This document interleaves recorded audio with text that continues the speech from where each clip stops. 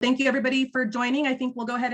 Sure, I'm happy to do that. I do have just one slide today. I'm hoping we can actually make today somewhat more of a discussion after Glenna and I have the opportunity to just quickly introduce ourselves so you know who we are. If you have not already checked out the recording from the last education session, or if you weren't there with us live, I talk a lot about our program at Cornell University, where I'm a faculty member in the School of Integrative Plant Science. And specifically, I have the privilege of working in our new Hemp Science Master's program. So if you want to learn more information about that, I encourage you to please reach out to me by email or to check out all of the information that we have online about our program, or exploring the much broader set of research that our larger research team here at Cornell has conducted. But within this education role, since today's topic really is education, I'll focus on my work at Cornell, which is teaching courses that focus on the production and processing of hemp, and then also mentoring students that are in our one-year course-intensive master's degree program in the completion of their capstone projects.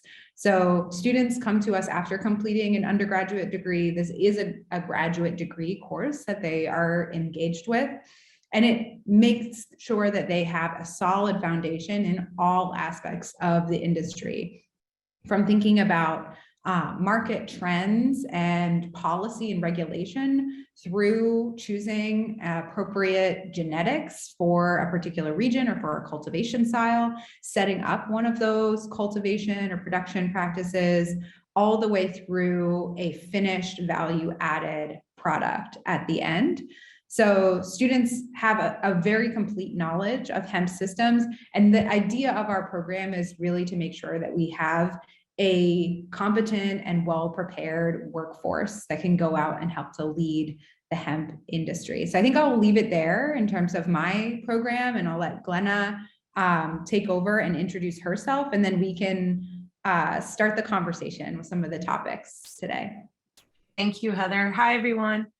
Thanks for having me. I'm excited to be here. So I'm Glenna Colaprete.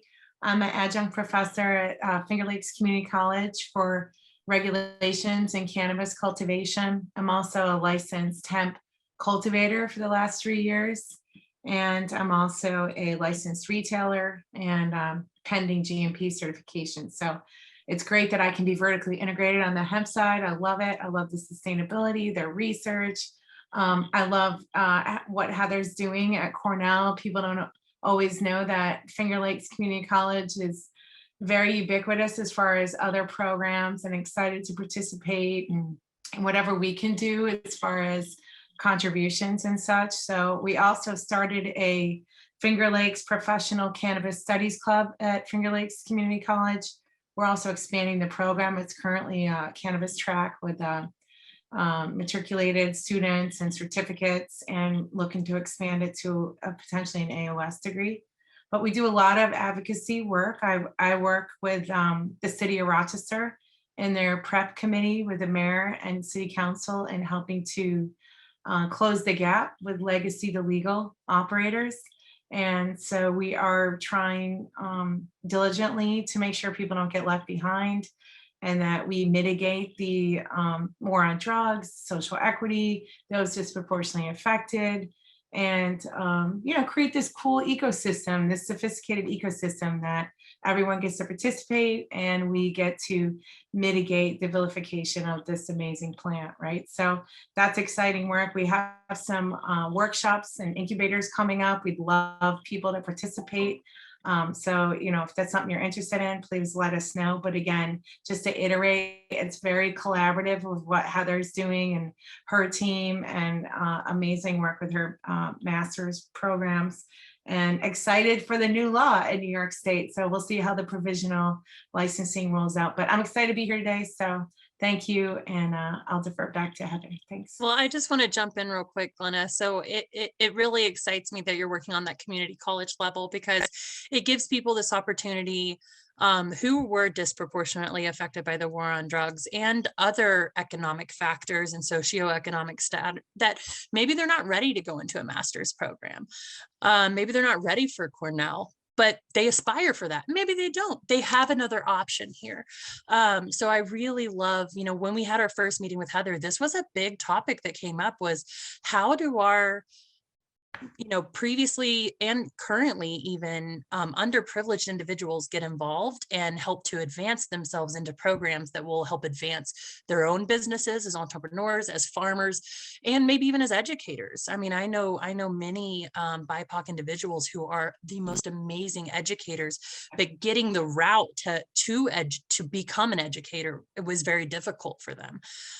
So I just want to give you kudos for working in that space and for partnering with somebody like Heather at Cornell to make sure that there's a path to success for people who are ready for it and who want it.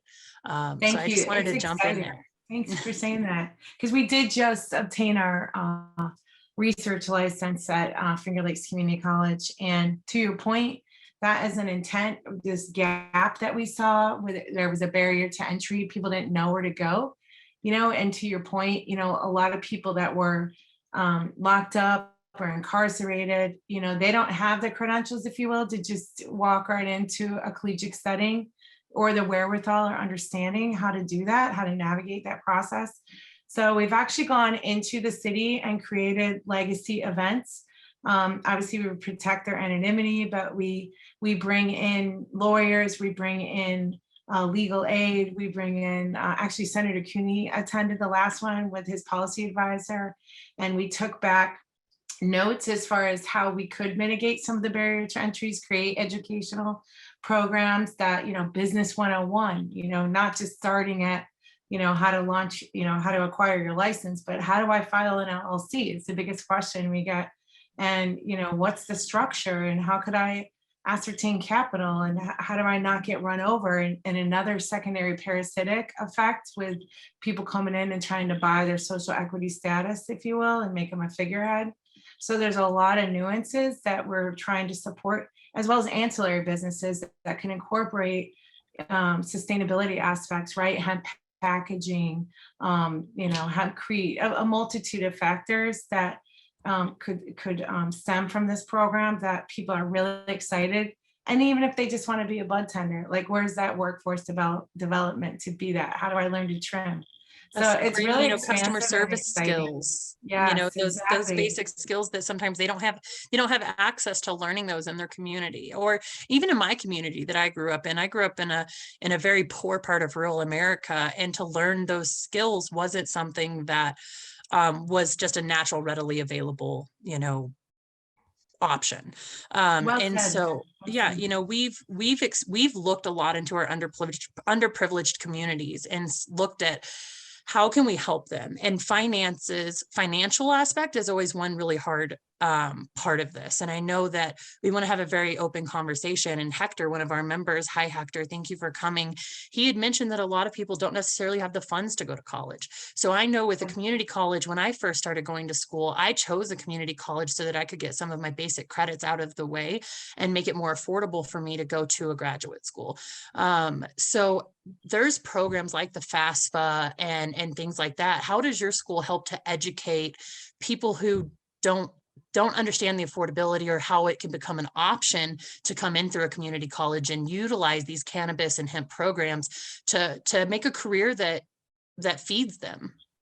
To your point, even something as not that it's simple, but someone that's taken that DEC pesticide application, we can add that module to incorporate that into cannabis, as well as, maybe they're in workforce development programs such as HVAC, plumbing, like just add the module, keep it simple.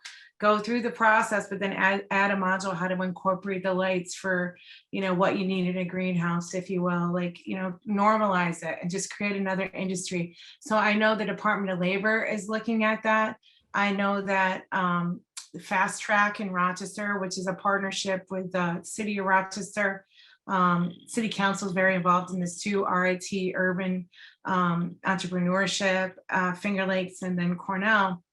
And we're launching the first incubator March 25th, which is an active intention that, and to your point about unionization, I did talk to local 338 organization that is, they represent the workers of 8 of the 10 registered organizations in New York State. They've been doing a lot of advocacy work as well, so it's not as vilified as people may think about unions per se. But there's a lot of advocacy. To your point, I think it needs to be accessible, it needs to be cost effective, and then a path, a track for people that do want to pursue, you know, more than just a one class or one certificate or one cannabis track, if you will, and move into a more focused research, and which is exciting because the plant should be researched more, right? The sustainability is a requirement now of the provisional licensing. There is a social equity mentorship inclusive requirement as well as a sustainability. And so it's exciting to see what Heather and her team could do as far as the sustainability focus, the research, and as they allow more participants to study and mitigate that barrier to entry with just a simple class like a bud tending class. I think it's paramount. So. Well, and Glenna, we have a lot of professionals on this call. So when I look around, we have a lot of people who I would consider educators. I was looking at them and thinking they would be great instructors. And that's what how can we support programs at our local community colleges on a community-based level?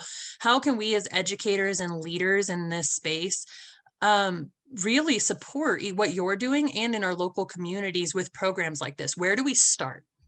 We have that is a conversation we just had this week actually with administrators, and the provost Jonathan has been an amazing champion of this in creating this cannabis vision that incorporates existing leaders and entrepreneurs, like even someone that scaled a company or, you know, could come in and provide some free business instruction, right? We have a Rolodex, as I denote, of seed to sale, seed to success, as I'm calling it, professionals that can not be so cost prohibitive. You know, I just talked to a legacy operator yesterday who's really trying to bring a pretty sophisticated, extensive network into the compliant legal market, but was just taken, you know, for $15,000 from someone in California. So some of these parasitic, you know, behaviors could be mitigated by people on this call that get involved and can provide some of these professional services, whether it's an accountant, whether it's a lawyer, whether it's an insurance agent,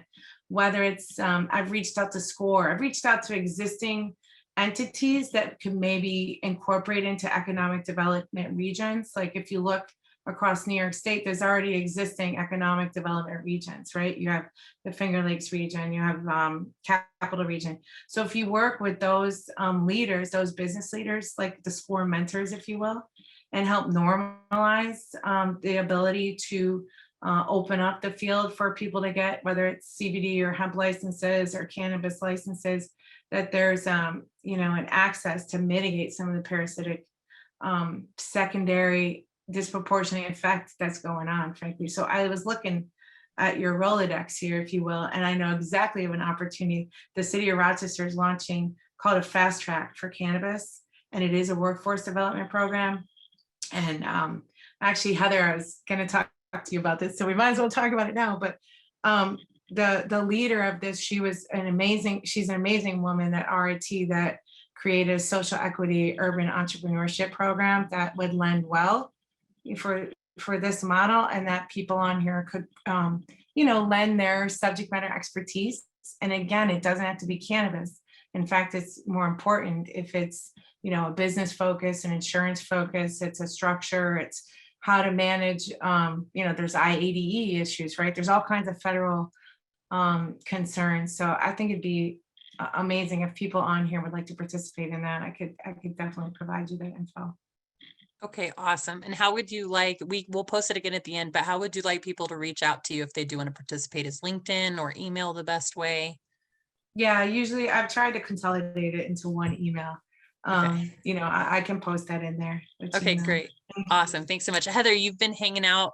I've seen you right along with me and Joanne and a lot of other people just nodding our heads like, we're making progress. And us at GHA, as we produce this education through things like seed trials, where we're really taking these fiber varieties across the nation and seeing how they grow and providing that as public education, we see that as support for places like both Cornell and these smaller schools and universities. So I'm excited to hear a little bit more about opening up this conversation and how you are working in partnership with these junior colleges to bring people into Cornell.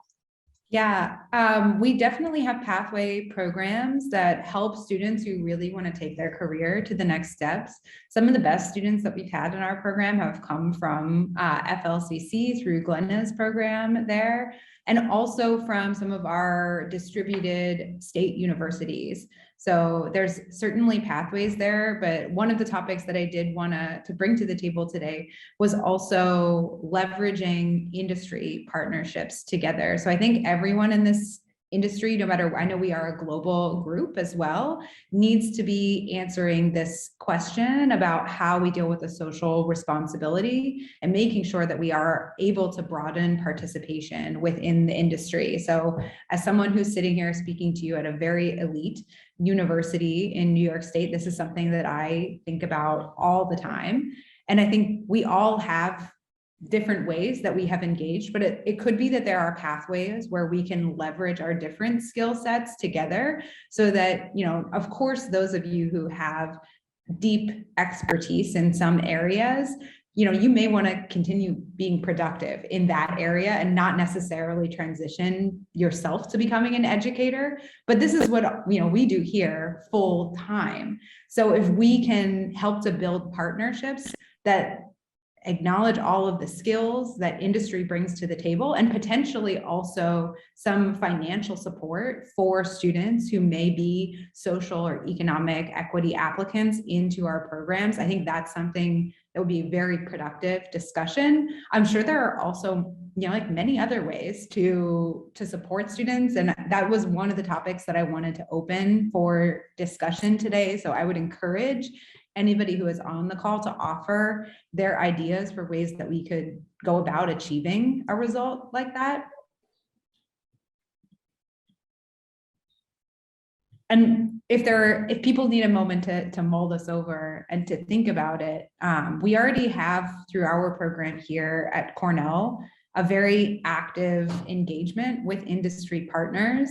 So one of our partners happens to already be a GHA member who is here today, Klaus. So we have a student that we co-mentor together on his capstone project, and he will eventually move on site to complete his project with Klaus's company, FiberX. So I don't know, Klaus, if you want to speak a little bit to how that partnership has progressed on your side from the industry perspective. Sure. Thank you, Heather. I'll be happy to.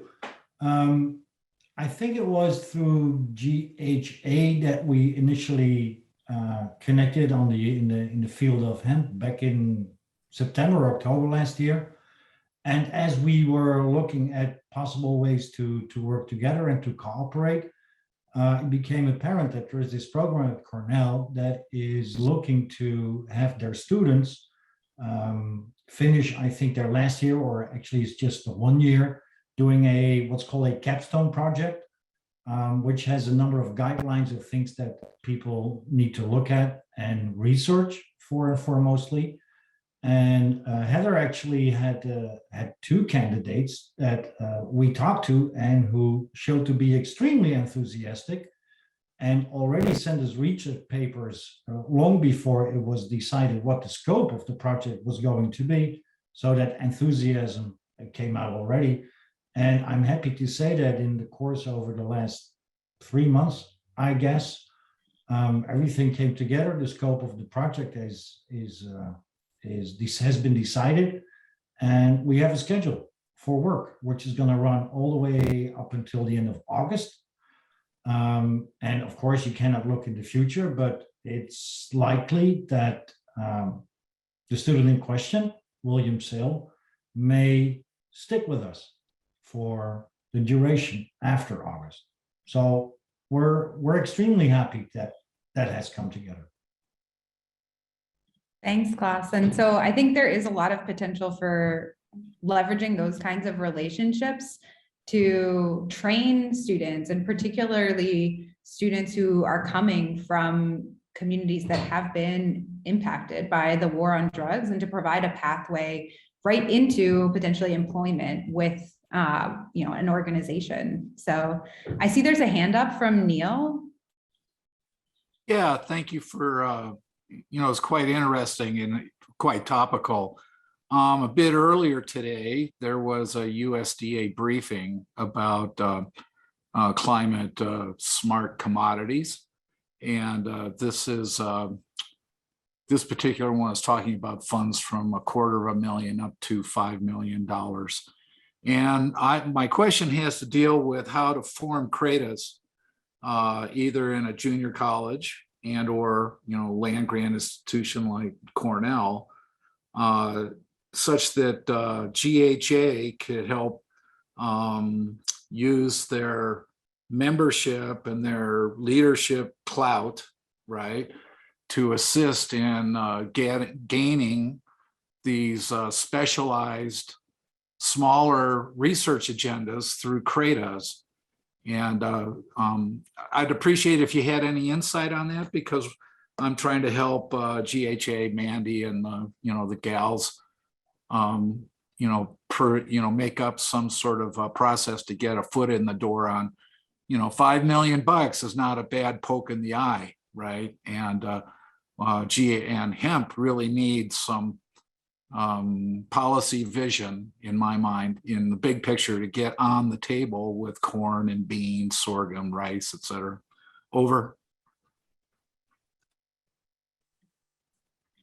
Thanks, Neil. I will start off, and I'll let Glenna then fill in with details from her side. But I know we are always trying to leverage public-private partnerships that help us to attain funding for research programs, as well as for educational programs. And since that's mostly the focus of the discussion today, maybe I will speak more to that. But there are certainly programs that help to provide funds for scholarships for, to train students to work in particular areas, or to meet particular national need, that it's certainly very helpful to have these kinds of working relationships already established, to be able to have letters of support, and to also have dollar matching funds in some cases that can support those efforts. So Glenna, is there anything that you want to add on that?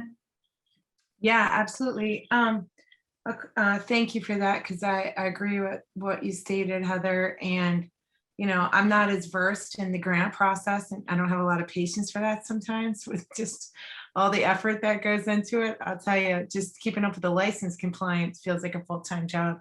And so I would love if there's support, for a cooperative opportunity, if you will. And if you look at the cannabis cooperative license, that's I know that's a big interest for more of agricultural kind of commodity, to your point, Neil, as setting the price like you do with corn or soy, and that maybe you have 40 growers that work together, and they all grow in a cooperative fashion, and you have a median price, if you will, but you leverage that cooperative license. So that's very interesting how that will vet out. I would lend that will be less costly and more inclusive as far as people that want to get into the growing but don't have the money for large canopies. And I've seen it with hemp too, albeit it's been pretty restrictive as far as the ability to research until recently for some people.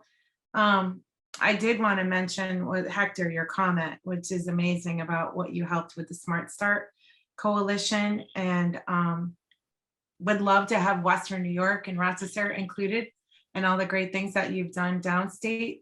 And there's amazing different organizations that I think would be great if we, maybe through this organization, brought those parties together. So I think that's a compelling argument and opportunity, because scholarships and barriers to entry have been a real mitigation. There's a lot of people that I talk to that have experience that don't have the right credentials or understanding how to get into some of these educational programs. So I think it's important to bring in some of the, like the Judicial Process Commission, for instance, I met with in Rochester, and there's a re-entry program that they use for healthcare certificates for people that have been incarcerated and are getting out and want to get into jobs.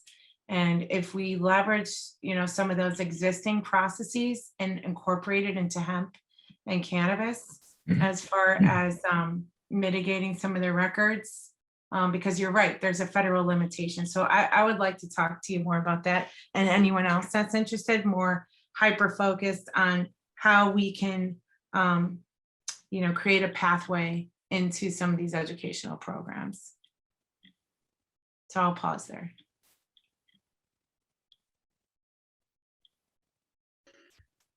Oh, can I mention one more thing that I took? Yes, note? go Is for it. Is Bruce still on? Because I listened to your all presentation, I think it was yesterday, on sustainability discussions in regards to how we could plant, you know, hemp, and in 4 years that remediate the soil. I would love to see if someone is leading an effort like that for brownfields or, you know, remediation in general. And if there's a sustainability group, like a sustainability focused group, I know, you know, Heather, you guys do a lot of work on that, but I didn't know if there was like an overarching hemp and sustainability, you know, cooperative, if you will. So not necessarily to my knowledge. I know that, you know, GHA is in the process of putting together a few committees to address some different things. You know, we have our research committee that's just come together. We have our farming committee that's come together.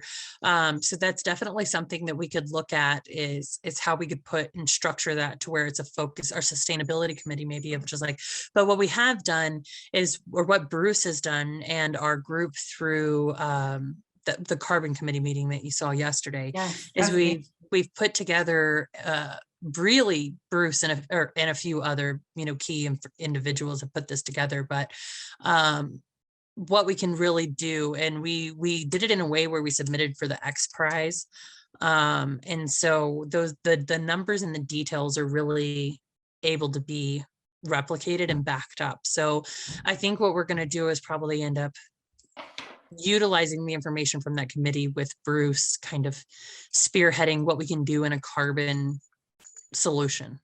Because that's huge, right? For in building as, you know, carbon mitigation for net zero and aligning it with the climate bill, especially in New York. I know that's a huge concern. In fact, this provisional licensing is not going to include in building. It's only going to include outdoor and greenhouse. Because If we can prove, Yeah. or as we prove, not if, because we're there now, as we prove what hemp can really do and the amount of carbon sequestered, and then take the delta of whatever we're replacing. So when you replace a standard build home, you not only have the carbon sequestration from the plant, you're reducing all the carbon input into the home. So you have a much larger delta in that variation of how much carbon is being sequestered. And whenever we put that information into real application, now our farmers have an opportunity to make more money, because carbon credits are a huge topic right now when it comes to subsidizing our businesses. And if a farmer can sell his carbon credits, and that just raises the value of this crop in this industry. So I'm excited to continue those carbon conversations. We have them, I think it's every month, maybe it's bi-monthly. But those conversations are going to keep going and advancing. And it's a very collaborative effort. We have a big group of individuals that come together, and we're meeting weekly to produce all of that data. So we're pretty I think that's excited. so compelling, because every grower has to have a sustainability program. That's part of the rule. And it's the right thing to do anyway. But to your point, there's so much we can do now. And as research or as licenses are opening up and that's becoming more accepted and more prolific, I'd love to see, you know, opportunities with that. So count me in. I'd like to learn more about that. So thanks. So, oh, I see Neil's hand again. Neil, Yeah, I'll let you go. Sorry to jump in here, but you know, it was a good moment. Heather, could you take a moment and try to explain the land grant relationship to these sorts of primary industries? Absolutely, I am happy to do that. And I think that actually is a really great segue to one of the comments that was added, the last one that was into the chat there. So land grant universities receive, they're called this name because they were granted lands, often lands that were not willfully given across the US from the people who occupied those lands before they were settled. But those lands were given by the federal government to institutions of higher education, which then were able to either hold and lease those lands or to sell them in order to form an endowment of funds that would support agricultural education programs. The mission has since expanded quite a bit in scope for land grant universities. I think every state across the country has a land grant university, as well as some states that have land grant institutions that are established at minority serving institutions. So those are specifically 1890 land grant institutions. And Cornell has been actively developing partnerships with those 1890 land grant institutions. So those could be historically Black colleges and universities, or primarily Hispanic serving institutions that have that system in place to help essentially to collaborate together in order to be able to conduct research and also to train students together. But all of these land grant entities, whether they're in 1890 or funded through other means, have an obligation to conduct research that meets the public need, particularly within the agricultural sector. So a huge portion of the research that we work on here at Cornell is research that is meant to answer all these questions of the hemp industry in particular. So we do things like conduct large-scale cultivar trials for grain and fiber and high cannabinoid hemp. We do this in greenhouses. We look at different process methods. We have active breeding programs here. We are always on the alert for different potential pests or pathogen threats that growers need to be aware of. And not only are we conducting this research, we have a mandate then to also provide that freely to the public and to industry members who would like access to that information. So a lot of, there was a note in the chat about developing demo fields that farmers can come out to. And certainly, of course, I think there's a lot of opportunity for, private folks to also engage in those. I think the hemp mine, for those who aren't familiar with it, and those who are at least in the US anyways, is a fantastic example of this. They are a breeding and seed company that also does a very, very large cultivar trial every year, led by Dr. Allison Justice. I believe they are based in North Carolina, and they provide all of these kinds of cultivar trials and have active breeding programs. But here at Cornell, we actually have a public breeding program, which means any of the cultivars that are developed within our breeding program can be licensed broadly to the public. We also have strong relationships to the USDA's hemp germplasm collection, which was established here at the Agritech campus of Cornell University, which will provide seeds for the development of new cultivars freely to anyone who would like them. So not just seeds, but also pollen, or there's options for tissue culture as well. So hopefully that addresses what you were hoping I would say there, Neil. But if there were some other things that you had in mind, please feel free to add them. Okay, good. So yeah, I would also be really curious, given the big diversity of folks who are members of the GHA, with sometimes very, very deep expertise. I want to acknowledge all the expertise that's in the Zoom room here today. But maybe that expertise is somewhat narrow, and hemp is an incredibly broad, whether we're talking about grain production, fiber production, high cannabinoid or terpene production.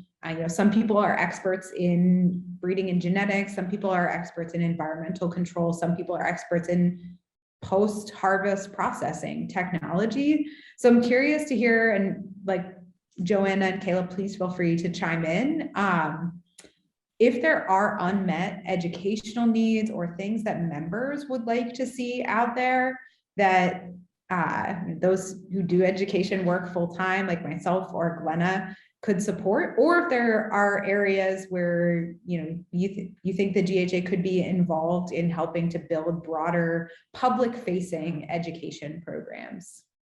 Yeah, and I think we kind of talked earlier about the education committee. So I don't know if you want to touch base on that, because I think through conversations there will also provide a lot of insight from members and people in the committee to kind of guide things and provide insight if anything. So I don't know if you want to touch on the committee. Sure, yeah. So I discussed with Mandy, and I think potentially also some other members who are on the call today have been already roped into the formation of a committee that is focused on education.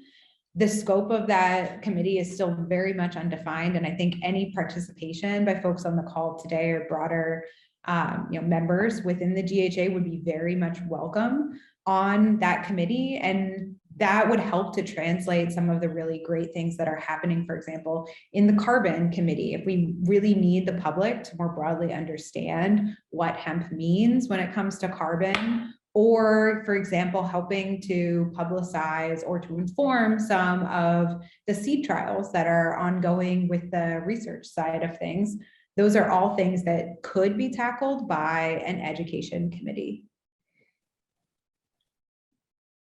But mostly we're interested in hearing what members think. What do members want? What do they need? And what do they want to do? Because I think there's so much expertise in the room that we can all go a lot further if we're pulling in the same direction and together. Agreed. And if there are any members who are interested in committees, being a member, it allows you the opportunity to be nominated. So if you have an interest, or if you want to, contribute or add anything to the committee, feel free to reach out to me. You can reach out to Heather as well. Just reach out to us so we know that you have that interest. But yeah, I think it's really a good committee to get started, and Heather's doing a wonderful job. And I'm having some connection issues, you guys. So I'm going to have to keep my video off because every time I try to turn it on, everything freezes. So I appreciate you just looking at my nice name there. I do, Jackie, I would love to open up the conversation to you. I see that your mic is off there. So glad to have you. Do you have any comments or any input that you would like to share? Well, I'm a writer, and I'm really interested in the education committee because I think we've spent a lot of time speaking to the choir, and we really need to broaden that base. But that's hard to do.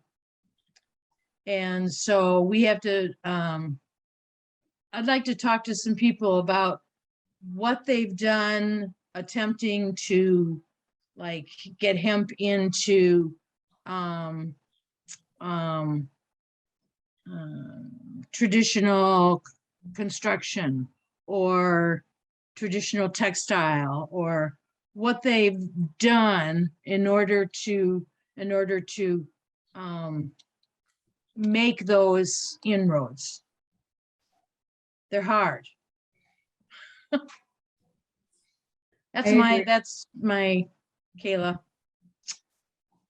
I know that's a great comment. And I know for myself, as far as, especially when you're a CBD grower, to Heather's point, if you're studying cannabinoids, or if you're most interested in the flower and you have your shake and stems, your biomass and things, I know for me personally, especially when flower was outlawed in the middle of a harvest, we had to look for other opportunities to what we were going to do with our hemp, one of which was pellets, I know there's some controversy with that too, for for equine pellets, but also for fuel, pelletizing some of your biomass, as far as using it for fuel. There's a big interest in hempcrete. I know there's a couple companies looking to come into at least New York State with hempcrete, one that's doing some trials in Texas as well. Obviously, there's an element that they're shoring it up as far as to be structurally allowed in building and code and such, but as far as being fire retardant and, pest retardant. So I'm really interested if that's something that maybe the education committee wants to tackle too, but the, maybe segmenting the different opportunities for the whole plant could be a focus, like a cycle of the plant and what each piece could be used for. Obviously fiber for clothing and rope, but I think it seems like there's been a lot of momentum more so around building materials. We've reached out to some different construction companies and, some different people doing some trials and using hemp and lime, and opportunities to shore it up to make sure it's structurally sound. I know there's a couple hemp houses in the Hudson Valley in New York, but if that is a targeted focus, I think that would be a worthy effort as far as utilizing the whole plant, and that would also lend towards the carbon discussion too. Well, and it's So, so exciting s- because, oh, go ahead, Jackie. I see that Bill is on here. Bill, do you Yeah. have any updates on the ASTM of the building materials? Yeah, we meet 2 hours every week. So we've been very, very, very engaged on fiber metrics and specifications and testing standards, trying to create some kind of third-party go-between producers and buyers so that they're on the same page to make litigation simple. Either it met spec or it didn't, but without a spec, how do you write a contract? So that's the major effort. Now, that's for the fiber committee. I'm also on a number of other committees, C16, which is insulation, which is where the hempcrete people need to go and have not. So if I wanted to engage in education, I think it's to educate hemp advocates and producers on what it means to target the market they're targeting. What does regulatory compliance, licensing, meeting standards of an industry, to penetrate the construction industry, it's the construction specifiers that you have to influence. If they specify your material, you have a chance. But in order to specify it, it's going to have to perform better and be cheaper than what they're specifying now. So you're up against, with hempcrete, you're up against fiberglass, cellulose insulations, other variations. And so, I think the big thing we need for hemp people in education is the nature of the markets we're targeting and what it means to be an insulation or to be a structural component. A lot of hemp people are, I'm sorry, but they're a little over enthusiastic. Hemp is not going to walk the dog and cut the grass.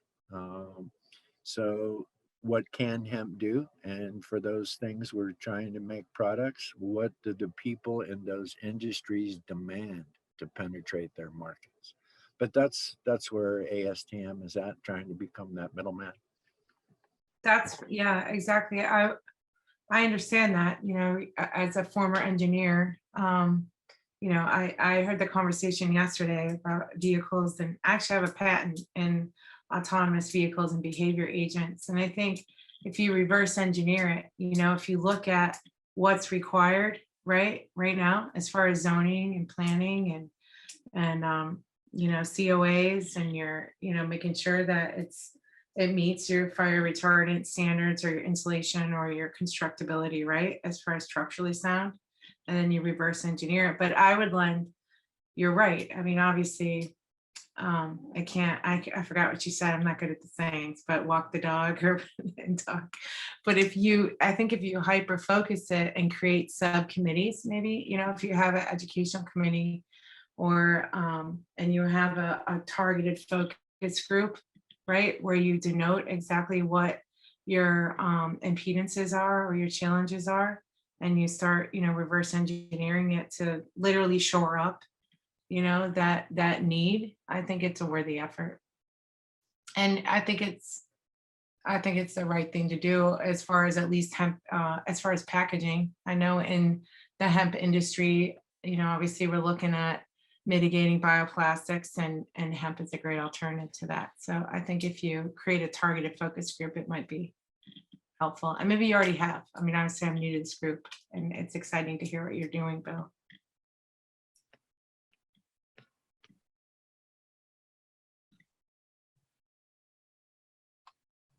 All right. Does anybody have any questions for Glenna or Heather that you'd like to have answered? You could either raise your hand or add your comments in the chat, whichever works, but feel free to join in. Okay. How do we raise our hand? You're live. I'm raising my hand. I apologize for getting a little late here. I had another call that I was on. I have been trying to advance this industry for at least 10 years. I'm not a farmer. I had architectural training and I've been a systems analyst. So I am completely an outsider as far as the educational and Cornell and everything. I live in Delaware County. Our Cornell extension is mostly 4-H. And I have had to expand my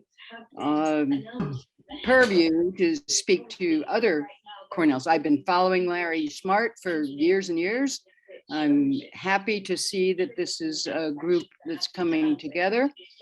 So I was feeling pretty alone here in Delaware County, you know, trying to push this and saying, okay, well, I think the thing to do is put a guy on a Harley motorcycle that's made out of hemp with a hemp helmet, you know, with hemp fuel, drive him into town and have him try to set fire to a hemp wall with the fire department standing by, and it would make local news, right? That would be at least one way.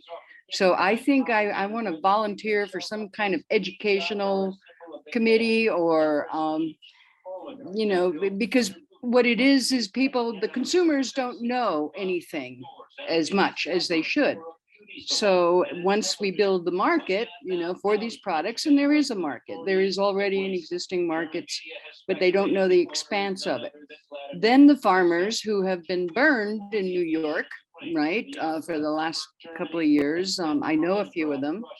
I spent a lot of money and, you know, didn't have buyers and the infrastructure wasn't there.